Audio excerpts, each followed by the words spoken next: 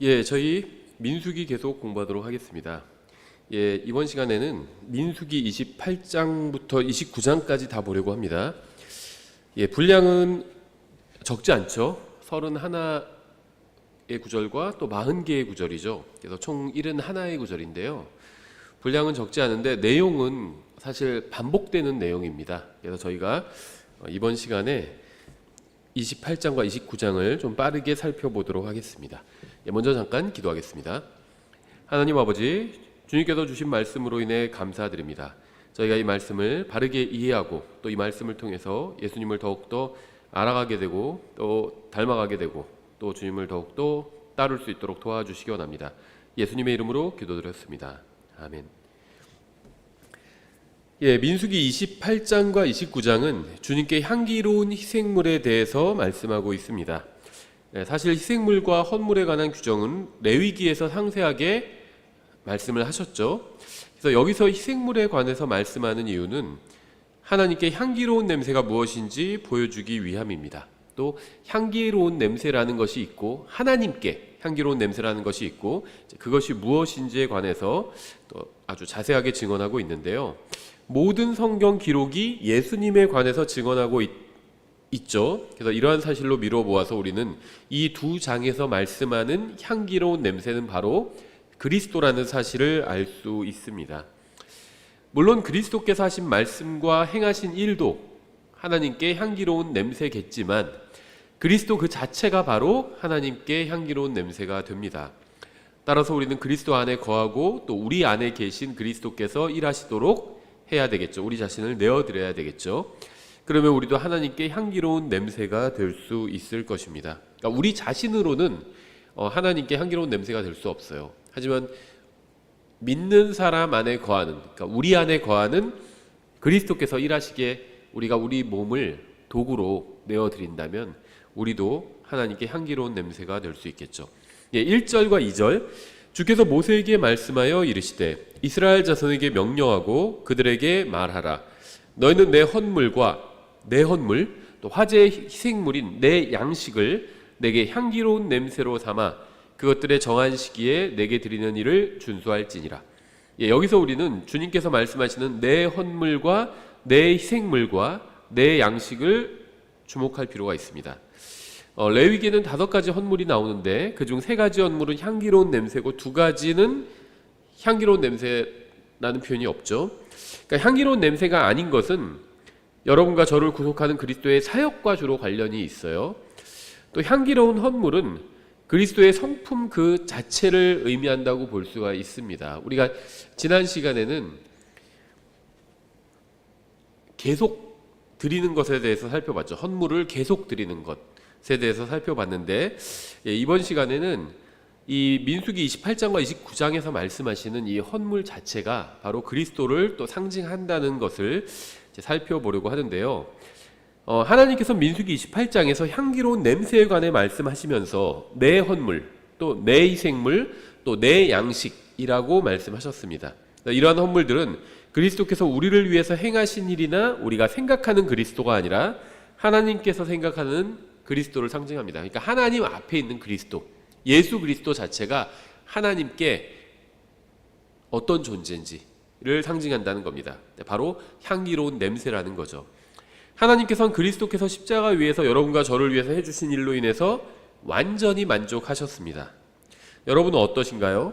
여러분도 그리스도께서 십자가 위에서 여러분을 위해서 행하신 일로 하나님처럼 완전히 만족하셨나요?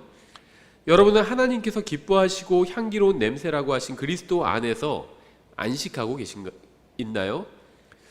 참된 경배, 진짜 경배는 그리스도로 인해서 만족하는 것에서 시작합니다. 그리스도로 인해서 만족하지 못한 사람은 결코 제대로 된 경배를 드릴 수가 없습니다. 오늘날은요, 이 경배의 가치를 굉장히 좀 떨어뜨리는 시대예요. 미국도 마찬가지고 우리나라도 다르지 않다고 생각합니다. 예배에 대해서는 강조를 하죠. 근데 성경에서 사실은 월십이라고 돼 있어요. 경배죠, 경배. 근데 마치 예배는 더 어떤 높은 단계에 있고 경배는 그것보다 좀 더 낮은 단계에 있는 것과 같은 그런 인상을 주고 있다는 거죠. 그래서 교회 예배, 주일 예배는 중요한데 예를 들면 경배와 찬양 집회, 그러니까 경배를 그냥 주일 예배가 아니라 어떤 보조적인 수단으로 전락시켜 버렸다는 겁니다. 성경에서는 이 경배, 월십, 이게 메인이 돼야 됩니다. 예배가 아니라. 예배는 잘못된 표현이죠. 그러니까 뭐 그런 표현을 쓴다고 해서 뭐 정죄하는 건 아니지만 경배가 제대로 된 표현입니다. 근데 오히려 한국에서, 미국도 마찬가지예요. 경배라는 이 표현 자체를 뭔가 더 낮은 단계의 무엇인가로 이렇게 전락시켜 버렸다는 겁니다. 계속해서 3절에 민수기 28장 3절, 또 너는 그들에게 말하라. 너희가 주께 드릴 화제 헌물은 이러하니 곧 날마다 1년 되고 점없는 어린 양 2마리를 드리되 계속 드리는 번제 헌물로 드릴지니라. 너는 한 어린 양은 아침에 드리고 다른 어린 양은 저녁에 드릴 것이요, 또 밀가루 10분의 1 에바에 찌은 기름 4분의 1 흰을 섞어 음식 헌물로 드릴지니 그것은 계속 드리는 번제 헌물 곧 시내산에서 향기로운 냄새로 정해진 헌물이며 주께 드리는 화제 희생물이니라. 또 그것의 음료 헌물로는 어린 양 한 마리마다 4분의 1 흰을 드리되 너는 성소에서 주께 진한 포도즙을 부어 음료 헌물로 삼을 것이며 저녁에는 다른 어린 양을 드리되 아침의 음식 헌물과 그것의 음료 헌물 같이 너는 그것을 주께 향기로운 냄새로 드리는 화제 희생물로 드릴지니라. 번제는 예수 그리스도를 상징하죠. 번제는 불로 태우는 헌물이고요, 모두 다 연기가 되어서 위로 올라갑니다. 물론 예수님께서 지옥의 불길 가운데서 고통당하시는 것은 아니죠. 예수님의 혼이 지옥에 가긴 했지만 고통당했다는 말씀은 없습니다. 다만 번제가 불로 태우면요, 연기가 위로 올라가잖아요. 예수님께서 십자가에서 우리의 죄값을 갚으시고 지옥에 갔다 오시고 또 물론 낙원에도 갔다 오셨죠. 그리고 부활하신 후에 하늘로 올라가셨죠. 연기가 하늘로 올라가잖아요. 하나님께로 올라가거든요. 이 연기가 나쁜 게 아니에요. 하나님께 향기로운 냄새입니다. 하나님께로 올라가죠. 그래서 이러한 점에 있어서 이 번제도 예수 그리스도를 상징한다고 볼 수가 있습니다. 그래서 번제는 주님께 향기로운 냄새로 드리는 희생물로 드린 거죠. 계속해서 9절, 안식일에는 1년 되고 점없는 어린 양 2마리와 밀가루 10분의 2 에바에 기름을 섞은 음식 헌물과 그것의 음료 헌물을 드릴지니 이것은 안식일마다 드리는 번제 헌물이요 계속 드리는 번제 헌물과 그것의 음료 헌물 외에 드리는 것이니라. 이제부터 계속 반복됩니다. 29장까지 계속 비슷한 표현들이 반복되고 있습니다. 안식일에도 헌물을 드려야 했죠. 그리스도께서 오셔서 십자가에 달려 희생물이 되실 때까지 헌물은 계속 드려야만 했습니다. 그래서 이 헌물은 다 그림자인데 바로 예수님을 상징하는 거죠. 그래서 예수님에 관해서 말하고 있는 겁니다. 하지만 이 자체가 어떤 능력이 없기 때문에 계속 반복해서 드려야만 했던 거죠.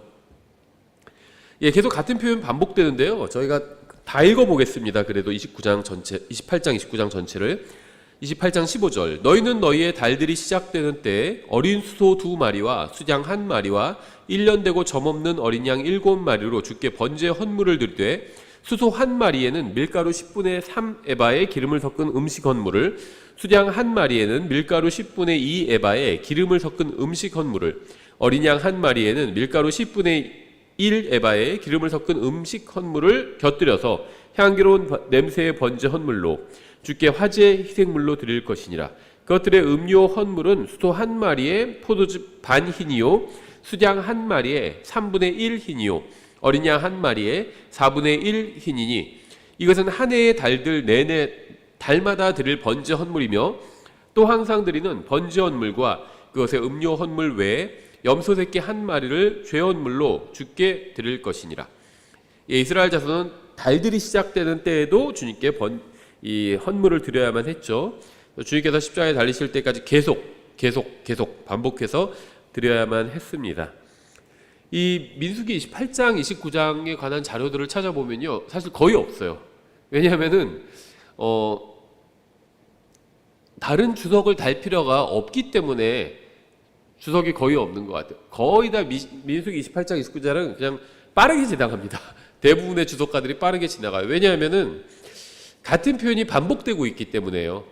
예, 그래서 하지만 우리는 이 하나님의 말씀이죠. 뭐 요한복음 1장이나 3장, 창세기 1장, 3장처럼 이 민수기 28장, 29장도 하나님의 말씀이죠. 그래서 저희가 한번 쭉 읽고 지나가도록 하겠습니다. 예, 계속해서 민수기 28장 16절. 첫째 달 14일은 주의 유월절이며 또 이달 15일은 명절이니 너희는 이래 동안 누룩 없는 빵을 먹을 것이며 첫째 날에는 거룩한 집회로 모일 것이요 너희는 그 날에 아무 노동도 하지 말지니라.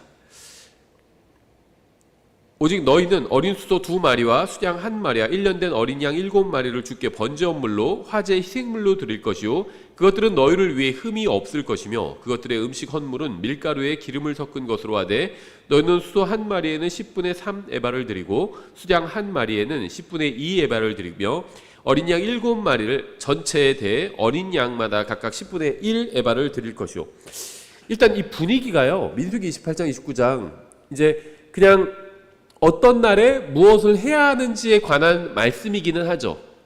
그렇게 보면 좀 무미건조할 수 있습니다. 물론 이 자체가 다 예수 그리스도를 상징하는 것들이에요. 모든 명절과 그다음에 제사, 헌물 이런 것들이 다 예수 그리스도를 상징하는 것들입니다. 그리고 일단 이 구약 성경 자체에 대해서는 좀 무미건조하게 이렇게 설명하면서 지나가고 있죠. 그런데 굳이 분위기를 살피자면 분위기가 어두운 분위기는 아니에요. 왜 그러냐면 죄 헌물을 드리고 있는데 이 죄 헌물은 어린 양 1마리예요.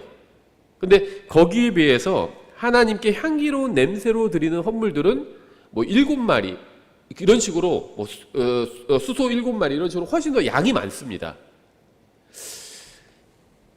그러니까는 어떤 의미에서 이제 우리 인생과 비교해 본다면 구원받은 사람의 인생에도 어려움이 있습니다. 그렇죠? 죄 헌물을 드려야 됩니다. 물론 우리는 더 이상 헌물을 드릴 필요는 없어요. 그러니까 이 죄 헌물이라는 것 자체는 좀 부정적일 수 있겠죠. 그러니까 이 자체가 헌물이 부정적인 것이 아니라 우리의 죄 때문에 드리는 거잖아요. 그런 의미에선 부정적일 수 있겠죠. 근데 다른 헌물들은 하나님께 향기로운 냄새라는 겁니다. 그렇죠. 그러니까 분위기가 좀 무미건조한 설명 같지만 분위기가 어둡지는 않다는 겁니다. 예, 그래서 그리스도인이 정말 구원받은 사람은 이 세상에서 어려움을 겪을 수 있죠. 구원받은 사람도 동일하게 구원받지 않은 사람과 마찬가지로 어려움을 겪을 수 있습니다. 하지만 우리는 우리의 영원한 운명, 영원한 집이 어딘지 알고 있잖아요. 그렇다면 정말 우리가 주님께 향기로운 냄새가 될 수 있도록 좀 더 정말 이 세상 사람들이 좌절하고 절망하는 것처럼 그렇게 좌절하고 절망하지 않고 살 수 있다는 겁니다. 예, 또 너희를 속죄하기 위해 수점소 1마리를 죄 헌물로 드리되 아침에 드리는 번제 헌물 곧 계속 드리는 번제 헌물 외에 이것들을 드릴지니라. 너희는 이런 방식으로 이래 동안 날마다 주께 향기로운 냄새로 드리는 화제 희생물 음식을 드리되, 그러니까 죄 헌물을 드려야 돼요. 수염소 1마리를 드려야 됩니다. 그런데 주님께 향기로운 헌물로 드리는 것이 훨씬 더 많아요. 그렇죠. 그러니까 분위기가 조금 더 긍정적이라는 겁니다. 굳이 분위기를 따지자면. 번제헌물과 그것의 음료헌물 외에 그것을 드릴 것이며 일곱째 날에는 거룩한 집회로 모일 것이요 아무 노동도 하지 말지니라. 예, 이스라엘 자손은 유월절에도 주님께 헌물을 드려야 했습니다. 그래서 주님께서 십자가에 달리실 때까지 계속 헌물을 반복해서 드려야 했죠. 예, 26절부터 이제 28장 끝까지 31절까지 보겠습니다. 또 너희의 이레들이 지나 첫 열매를 드리는 날 곧 너희가 주께 새 음식 헌물을 가져올 때에도 너희는 거룩한 집회로 모일 것이요 아무 노역도 하지 말지니라. 오직 너희는 어린 수소 2마리와 수양 1마리와 1년 된 어린 양 7마리를 취해 주께 향기로운 냄새로 번제 헌물을 드릴 것이며. 예, 죄 헌물보다 주님께 향기로운 냄새로 드리는 헌물이 훨씬 수가 많아요. 지금 또 밀가루에 기름을 섞은 것을 그것들의 음식 헌물로 취하되 수소 1마리에는 10분의 3 에바를 드리고 수양 1마리에는 10분의 2 에바를 드리며. 왜 이렇게 드리는지는 이거는 사실을 알 수 없죠. 뭐 다른 자료들을 찾아봐도요, 여기에 대한 것은 언급이 없습니다. 다 모른다는 거예요. 왜 이렇게 어디에는 10분의 3에바를 드리고 어디에는 10분의 2에바를 드리고, 이게 다른 양으로 드리는 거잖아요. 알 수는 없어요. 어린 양 7마리 전체에 대해 어린 양마다 각각 10분의 1에바를 드릴 것이요 또 너희를 속죄하기 위해 염소 새끼 한 마리를 드릴지니라. 너는 계속 드리는 번제 헌물과 그것의 음식 헌물과 그것들의 음료 헌물 외에 그것들을 드릴지니라. 그것들은 너희를 위해 흠이 없을 것이니라. 예수님은 하나님의 어린 양이죠. 그래서 이 어린 양은 예수님을 상징합니다. 그런데 어린 양뿐만 아니라 이 염소도 또 예수님을 상징하는 거죠. 그래서 염소는 이중적입니다. 광야에 한 마리를 놓아주고 한 마리는 죽임을 당하죠. 그래서 죽임을 당하는 염소는 예수님을 상징하고 광야에 놓아주는 염소는 우리를 상징하는 거겠죠. 여기서는 이제 속죄를 위해서 염소를 드리기 때문에 또 예수님을 상징한다고 볼 수 있겠죠. 그러니까 이 염소도 예수님을 상징할 수 있다는 겁니다. 성경에 의하면 충분히. 왜 이런 말씀을 드리냐면요, 어떤 분들은 염소가 뭐 악마의 상징이다 이렇게 얘기하는 분들이 있어요. 충분히 뭐 그렇게 생각할 수도 있겠죠. 근데 이제 거기에 너무 사로잡혀 가지고 염소는 다 악마의 상징이다 이렇게만 몰고 갈 필요는 없습니다. 성경에는 그런 게 나와 있지는 않아요. 물론 이제 다니엘의 예언에 나온 뭐 수렴소와 이걸 가지고 이렇게 할 수는 있겠지만 그 자체가 악마를 상징하는 건 아니잖아요. 어떤 국가와 또 그 왕들을 상징하죠. 다니엘의 예언에 나온 짐승들은 국가나 민족이나 왕들을 상징하는 거죠. 근데 이 수렴소 자체는 사람들은 이제 이게 악마를 상징한다 이렇게 얘기하지만 성경에 의하면 예수님을 상징하고 그 다음에 죽임당한 수렴소, 또 노임당한 수렴소는 죄인들, 우리를 상징하기도 하죠. 우리가 너무 세상에서 말하는 것에 너무 구속될 필요는 없는 것 같아요. 무지개도 마찬가지인데요. 무지개는 뭘 상징하죠? 요즘 아이들한테 물으면 동성연애를 상징한다고 이렇게 얘기할 수 있겠지만 성경은 그렇게 말씀하신 적이 없습니다. 무지개는 하나님의 약속을 상징하죠. 다시는 물로 심판하지 않겠다 하나님의 약속을 상징합니다. 그래서 무지개를 사용하는 것에 대해서 너무 또 두려워할 필요가 없어요. 무지개를 사용하면 무슨 동성연애자들과 뭐 한패인가 뭐 이런 오해받을까봐 조심해야 될 필요는 있겠지만요, 거기에 구속될 필요는 없다고 생각을 합니다. 무지개는 동성연애를 상징하지 않아요. 그건 세상이 하는 말이죠. 무지개는 하나님의 약속을 상징합니다. 다시는 물로 세상을 심판하지 않겠다는 하나님의 약속을 상징하죠. 그러니까 하나님의 언약을 드러내는 거죠. 방금 읽은 이 민수기 28장 26절부터 31절까지의 내용은 같은 내용이 계속 반복되고 있습니다. 29장까지 계속 반복돼요. 주님께 나올 때는 헌물을 가져와야 하고요. 또 거룩한 집회로 모여야 합니다. 또한 아무 노역도 하지 말아야 합니다. 헌물은 흠이 없어야 되고요. 또 속죄에 관한 말씀도 반복되고 있죠. 왜냐하면 우리가 계속 죄를 반복해서 지으니까 속죄에 대한 말씀이 반복될 수밖에 없죠.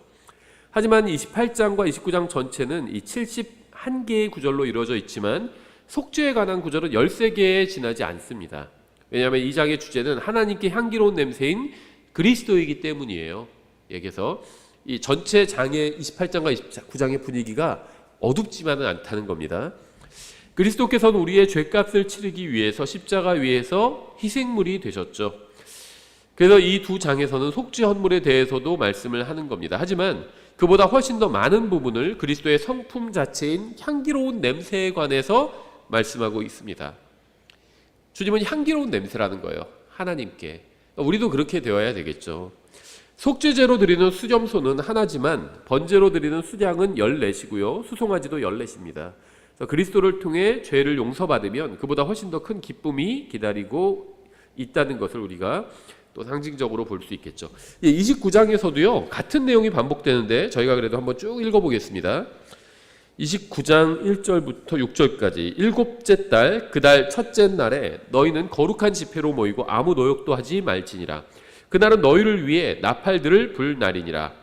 나팔절이죠. 너희는 어린 수소 한 마리와 수양 한 마리와 1년 되고 흠없는 어린 양 7마리를 취하여 향기로운 냄새로 주께 번제 헌물을 드릴 것이며 또 밀가루에 기름을 섞은 것을 그것들의 음식 헌물로 취하되 수소 한 마리에는 10분의 3 에바를 드리고 수양 한 마리에는 10분의 2 에바를 드리며 어린 양 7마리 전체에 대해 어린 양마다 10분의 1 에바를 드릴 것이요 또 너희를 속죄하기 위해 염소 새끼 한 마리를 죄 헌물로 드리되 그달의 번제 헌물과 그것의 음식 헌물과 날마다 드리는 번제 헌물과 그것의 음식 헌물과 그것들의 음료 헌물 외에 드리고 그것들의 관례에 따라 향기로운 냄새로 주께 화제 희생물로 드릴 것이니라.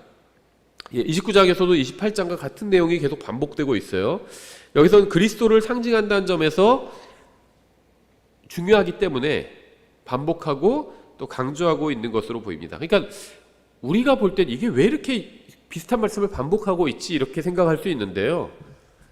이러한 것들이 다 예수님을 상징하고 있습니다. 그래서 중요하기 때문에 하나님께서 반복하시는 것으로 봐야 되겠죠. 7절부터 11절 이 일곱째 달 10일에 너희는 거룩한 집회로 모여 너희 혼을 괴롭게 하고 그날에는 아무 일도 하지 말지니라. 오직 너희는 어린 수소 한 마리와 수양 한 마리와 1년 된 어린 양 7마리를 향기로운 냄새로 주께 번제 헌물을 드릴 것이요 그것들은 너희를 위해 흠이 없을 것이며 또 밀가루에 기름을 섞은 것을 그것들의 음식 헌물로 취하되 수소 한 마리는 10분의 3 에바를 드리고 수양 한 마리에는 10분의 2 에바를 드리며 어린 양 7마리 전체에 대해 어린 양마다 각각 10분의 1 에바를 드릴 것이요 속죄의 죄 헌물과 항상 드리는 번제 헌물과 그것의 음식 헌물과 그것들의 음료 헌물 외에 염소 새끼 한 마리를 죄 헌물로 드릴 것이니라. 이 헌물에 관한 이런 규정은요 레위기에서 이미 자세하게 말씀을 다 하셨습니다. 그래서 여기서는 반복되는 말씀이에요. 전체도 계속 반복되고 있지만 이 내용 자체도 레위기에서 다 다룬 거죠. 레위기 23장 27절 주께서 모세에게 말씀하여 이르시되 또한 이 일곱째 달의 10일은 속죄일이니 그것은 너희에게 거룩한 집회의 날이 되리라. 너희는 너희 혼을 괴롭게 하며 불로 예배하는 헌물을 주께 드리고 그날에는 아무 일도 하지 말지니 그날은 너희를 위해 주 너희 하나님 앞에서 속죄하는 속죄일이니라. 어떤 혼이든지 그날에 괴로움을 당하지 아니하면 그는 자기 백성 가운데서 끊어지리라. 또 어떤 혼이든지 그날에 어떤 일을 행하면 바로 그 혼은 내가 그의 백성 가운데서 멸절시키리니 너희는 어떤 일도 하지 말라. 그것은 너희 모든 처소에서 너희 대대로 영원한 법규가 될지니라. 그날은 너희에게 안식하는 안식일이니 너희는 너희 혼을 괴롭게 하고 그달 9일 저녁 곧 그 저녁부터 다음 날 저녁까지 너희 안식일을 기념할지니라. 레위기 내용에 이미 이외에도 반복되고 있어요. 여러 장에 걸쳐서 레위기에서 이미 이 내용들을 다 다뤘습니다. 그런데 민수기에서 지금 다시 한번 또 반복해서 다루고 있는 거죠. 이제 그 여호수아를 후계자로 삼았죠. 앞에서 이미. 그리고 이제 모세가 이제 사라질 이제 자기의 과업을 다 넘겨주고 모세는 떠나가야 되죠. 그런 입장에서 예수님을 상징하는 중요한 이 희생에 대해서 반복하고 있는 겁니다. 12절부터 좀 길게 한번 이용해 보겠습니다. 12절, 29장 12절. 일곱째 달 15일에는 너희는 거룩한 집회로 모이고 아무 노역도 하지 말며 이래 동안 주께 명절을 지킬 것이니라. 너희는 어린 수소 13마리와 수양 2마리와 1년 된 어린 양 14마리를 번제 헌물 곧 주께 향기로운 냄새로 드리는 화제의 희생물로 드릴 것이요 그것들은 흠이 없을 것이며. 계속 같은 내용 반복되고 있지만요 이 반복되는 가운데 계속 등장하는 한번 단어들을 보세요. 하나님께서 관심을 갖고 계신 단어들이거든요. 우리에겐 좀 몸이 건조해 보일 수 있지만 비슷한 말씀이 지금 계속 반복되고 있기 때문에 하나님께서 중요하게 여기시기 때문에 기록해 놓은 거예요. 근데 여기서 어떤 단어들이 계속 등장하는지 한번 보시라는 겁니다. 그것들은 흠이 없을 것이며, 그러니까 하나님의 기준, 하나님께서 원하시는 것이 무엇인지 볼 수 있죠. 또 밀가루에 기름을 섞은 것을 그것들의 음식 헌물로 취하되 수소 13마리에는 수소마다 10분의 3 에바를 드리고 수양 2마리에는 수양마다 10분의 2 에바를 드리며 어린 양 14마리에는 어린 양마다 각각 10분의 1 에바를 드릴 것이요 또 계속 드리는 번제 헌물과 그것의 음식 헌물과 음료 헌물 외에 염소 새끼 한 마리를 죄 헌물로 드릴 것이니라.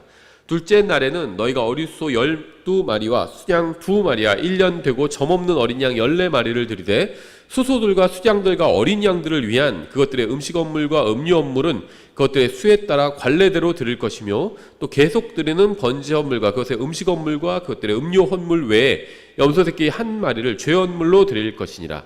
셋째 날에는 수소 11마리와 수양 2마리와 1년 되고 흠없는 어린 양 14마리를 드리되 그 수소들과 수양들과 어린 양들을 위한 그것들의 음식 헌물과 음료 헌물은 그것들의 수에 따라 관례대로 할 것이며 또 계속 드리는 번제 헌물과 그것의 음식 헌물과 음료 헌물 외에 염소 새끼 한 마리를 죄 헌물로 드릴 것이니라. 여기 등장하는 그 짐승들이요, 이제 하나님께 헌물로 드리는 짐승들이잖아요. 공교롭게도 그 성경 이제 가죽으로 많이 사용하는 재료들이에요. 소가죽 많이 사용하죠. 그 다음에 양가죽, 그 다음에 염소가죽 이렇게 사용하죠. 가장 비싼 건 염소가죽이에요. 근데 이 외에도 뭐 돼지 가죽도 사용하고요.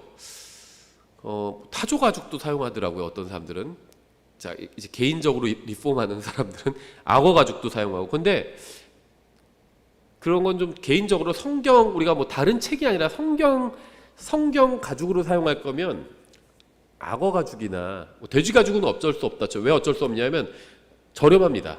그래서 대부분의 성경들이 다 돼지 가죽이에요.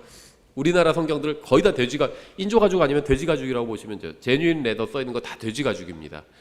저렴하니까 뭐 그렇다고 치는데 타조 가죽이나 악어 가죽은 저렴하지 않잖아요.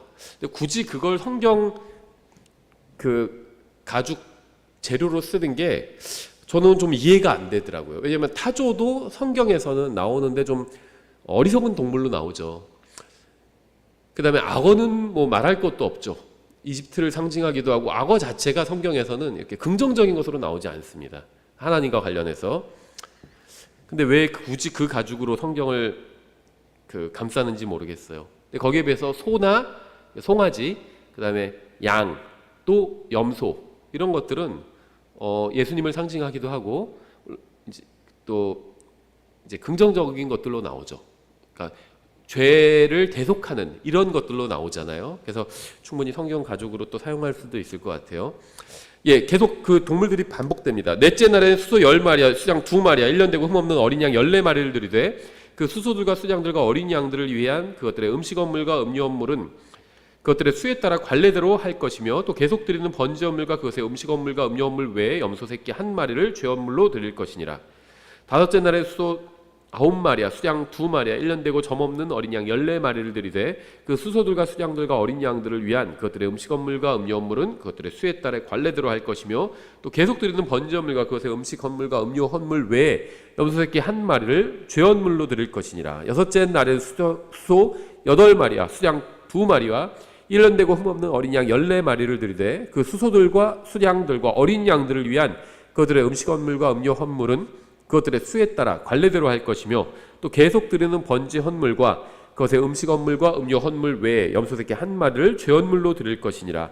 일곱째 날에는 수소 7마리와 수장 2마리와 1년 되고 흠없는 어린 양 14마리를 드리되 그 수소들과 수장들과 어린 양들을 위한 그것들의 음식헌물과 음료헌물은 그것들의 수에 따라 관례대로 할 것이며 또 계속 드리는 번제 헌물과 그것의 음식헌물과 음료헌물 외에 염소 새끼 1마리를 죄헌물로 드릴 것이니라. 예, 계속 같은 설명이 반복되고 있습니다. 성경에는 이러한 반복이 종종 등장하죠. 다른 스타일의 반복들이 등장합니다. 그렇죠? 특히 이스라엘 지파와 관련된 설명은 12번 반복되는 그러한 경우도 흔해요. 살짝 이름만 바뀌고 12번 반복되는 경우가 굉장히 많죠. 우리는 왜 이렇게 같은 말씀의 반복이 성경에 기록되어 있는지 완전히 이해하지는 못합니다. 하지만 분명한 사실은 우리의 인생도 평범한 일상이 반복되는 경우가 굉장히 흔하다는 거죠. 나이가 좀 드니까요, 이제 막 주 단위로 지나가는 것 같아요. 시간이 하루 단위로 지나가는 게 아니라 주 단위로 지나갑니다. 일주일 단위로 탁탁탁탁 지나가는 것 같아요. 반복돼요. 똑같습니다. 그렇죠. 시간 좀 지나면 이제 성경 한 책 강의 끝나고 그 다음에 다음 책으로 넘어가고, 근데 비슷합니다. 반복돼요. 매일 반복되는 삶 가운데 우리도 그리스도께서 하나님 앞에서 향기로운 냄새였듯이, 근데 똑같은 게 계속 반복되는데 계속 향기로운 냄새가 등장해요. 그렇죠. 죄원물도 등장하고, 우리가 죄를 지면 회개하고 하나님 앞에 나와야 되겠죠. 하나님과 관계를 회복해야 되겠죠. 근데 또다시 죄를 지어 그러면 어떡하죠? 또다시 하나님 앞에 나와서 또다시 관계 회복을 해야죠. 그리고 또 살다가 또 죄를 지면 어떡하죠? 또다시 나와서 또다시 관계 회복을 해야 합니다. 죄를 안 지면 좋아요. 근데 지면은 지을 때마다 하나님 앞에 나와서 용서를 구해야 됩니다. 그러면 하나님께서 용서해 주실 거예요. 그리고 우리가 이전에 지은 죄들은 기억하지 않으시는 거죠. 만약에 다 기억하신다면 우리가 하나님과 교제를 나눌 수가 없겠죠. 우리가 지금까지 하나님께 용서받은 죄가 한두 가지가 아니잖아요. 수십 가지도 아니고 수백 가지도 아니고 수천 번이잖아요. 수천 번. 구원받고 횟수가 더해질수록 그 경험이 더 늘어나게 되죠. 근데 하나님께서 다 기억하신다면 우리가 어떻게 교제를 나누실 수가 있겠어요? 기억하지 않으시는 겁니다. 그래서 우리가 교제를 나눌 수 있는 거예요. 우리가 다 모든 죄를 용서받았다면 다시 또 죄를 짓고 하나님 앞에 나아갈 때 그것은 처음으로 죄를 짓고 나아간 것과 같은 그런 상황이란 겁니다. 하나님 앞에서. 왜냐하면 하나님께서는 이전의 죄들을 다 용서하셨기 때문에 잊어버리셨어요. 예, 그래서 계속 반복되는 말씀인데 우리 삶도 마찬가지예요. 죄 짓고 다시 관계 회복하다가 그러다가 또 향기로운 냄새를 아주 가끔 풍길 때도 있고요. 이게 계속 반복되죠. 예, 그래서 매일 반복되는 삶 가운데 우리도 그리스도께서 하나님 앞에서 향기로운 냄새였듯이 우리도 주님께 향기로운 냄새가 되어야 합니다. 그렇게 하는 비결은 바로 우리 안에 거하시는 그리스도께서 일하시는 거죠.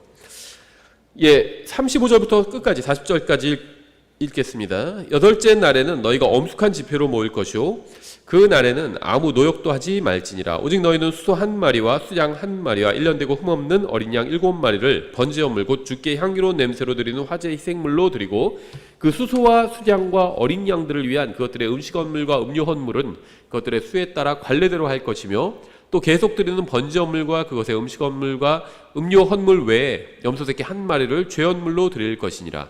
너희는 너희의 서원 헌물이나 자원 헌물 외에 너희의 정한 명절들에 너희의 번제 헌물, 음식 헌물, 음료 헌물, 화평 헌물로 주께 이 일들을 행할지니라. 모세가 주께서 모세에게 명령하신 모든 것에 따라 이스라엘 자손에게 고하니라.